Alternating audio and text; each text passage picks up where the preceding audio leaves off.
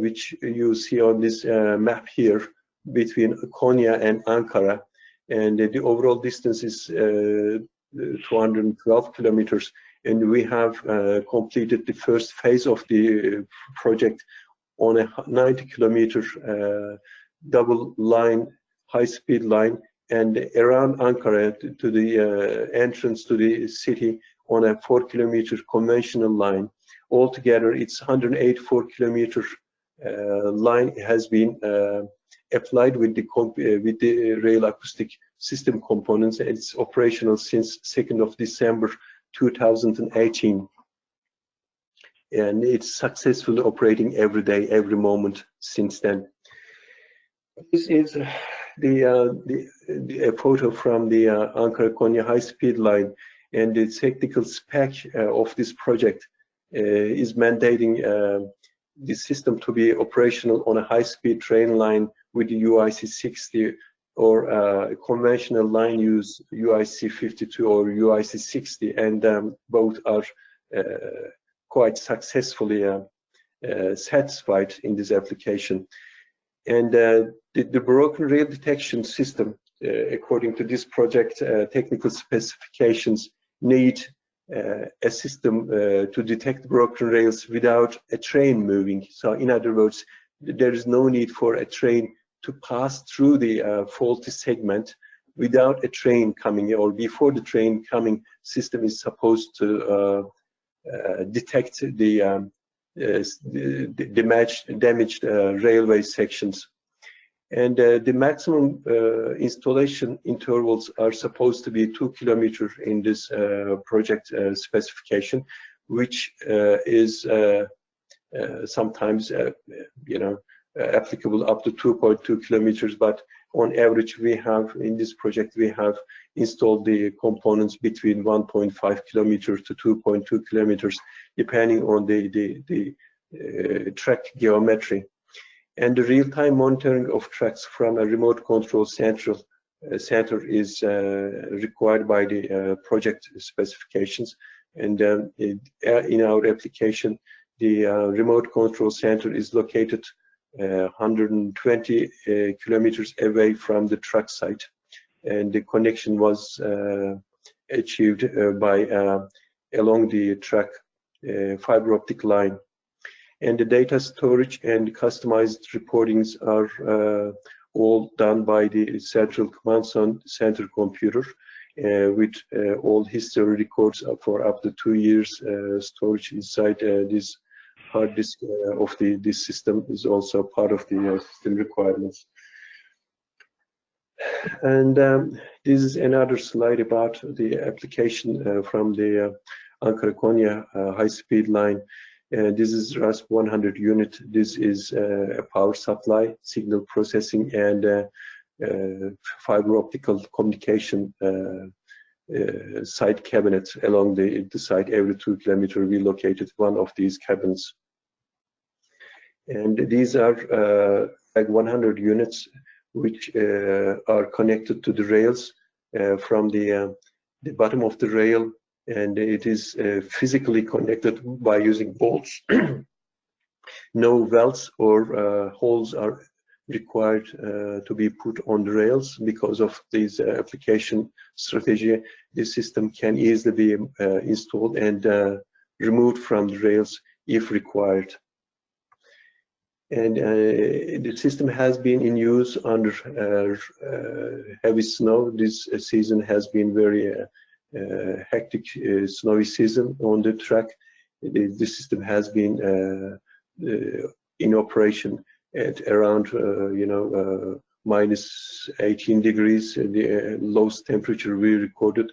Now these days it's coming up to 40-45 degrees on the rail surface temperature, and the system is quite successfully operational.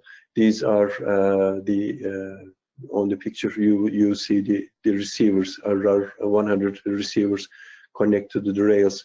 They are also connected without welds, welding, or any holes required, mechanically attached to the rails and easily remountable and reinstallable components of the system.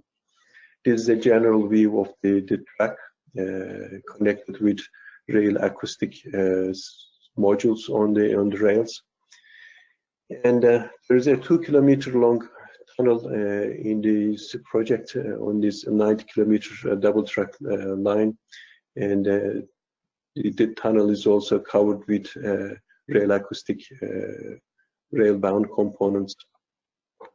At the end of the day, all data collected, telemetry information, all acoustic signal test results collected by the central computer located in Ankara, and the system is running a Windows-based software, and artificial intelligence algorithms are maintained inside the system for giving very accurate results of the test on the test data, and correlating the test data with the telemetry results coming from the site, and the system is learning more and more every day.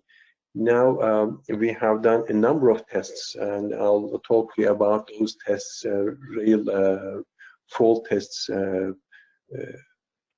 performed by TCDD officials and on the track on a number of occasions, and this system has been quite successful about detecting all those faults on the track, and learning more about the track fault conditions. I'll show those test results in a slide after this one. This is alarm control center hardware module, and the system is running an artificial intelligence enhanced software. We call this software CCSM 100, and there is an operator here following the test conditions and the system's telemetry results, but there is no need for intervention. All tests are pre-scheduled according to train times, and system diagnostics and telemetry results are followed and automatically done, and the results of each measurements are stored inside the hard disk device in the control center hardware. During this application of the pilot project in the first phase, we have done a number of broken rail tests, broken and damaged rail tests by the TCDD officials. In these tests, we have followed the randomly cut rail segments from remote site on the CCSM 100 screens. And during one of these first tests, we had seen a 5 centimeter deep partial cut test on the rail head. A significant change in the received waveform is observed. I'm showing you the amplitude test. These are not supposed to be seen by the operator, but the system algorithm is directly detecting the signal's conditions by comparing to a number of reference values and deciding about if there's a major difference between the tests. That would be considered as the first level of input from the rails. The second part of this test, it's also very critical, is the reflection test. If there is a physical variation on the healthy rail like this one, this interrupted surface is causing to reflected waveforms detected by the system's algorithms, and the system is collecting the reflected data and amplitude change all together and deciding by the correlation method of the physical conditions of the tested rail segment. This can be up to 2 kilometers, as I mentioned before. These tests are done without knowing the cut site on the track, and the detected fault was 1600 meters away, from the detection site. In the second test, rail head was cut fully, and the amplitude test has given a very strong indication of the variation in the rail head, and also the reflection part was very obvious because of this algorithm, and the system has decided to give a level 2 significant damage on the rail, and that has been indicated on the command center screens easily. And the second, after the second test, we continued, or CCDD officials continued on the rail web cut, and it was the rail web was cut halfway through, and the signal amplitude and the reflections were quite obviously indicating a change in the physical conditions of the rail. And system has given a level 3 significant damage and a brown alarm signal in the form of a critical rail fracture alarm, and the damage location was located with ±5 meter accuracy. On the last test here, we have seen rail web cut to the bottom of the web part of the rail, but the tail of the rail was intact. This system has identified the level of cut with a very severe change on the amplitude test and a very clear reflection from the cut surface of the rail from again 1600 meters away, and the level 4 significant damage and the red alarm signals were generated by this computer. And this system has shown the red alarm on the screen, giving the exact location of the fault and the level of the damage on the rail as well. And overall, the system is manufactured by Enercom engineers and technicians, and the system has been installed inside the cabins, the metal steel cabinets in the factory, and all tests are done inside, and they are delivered to the site for installation after everything has been done, and the labelings and final tests are finalized, and the system is followed up with a very strict quality control mechanism in our factory. And before every system integration or each project, a site survey is a very critical part of the application.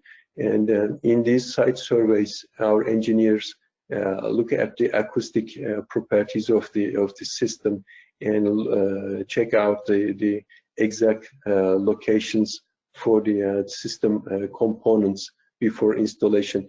This is only a day of critical inspection on the site. It's not a long survey. It's a day-long process. It was a day-long process for us for this 90-kilometer railway track in this project. But it is very important, especially around the switches. We need to be very, precise about locating the signal receivers, because of the moving components of the rails are important to find out. Each connection point is important on the switch yards and the sidings. And after full survey, the system components are delivered to the site and installed, quite easily by a team of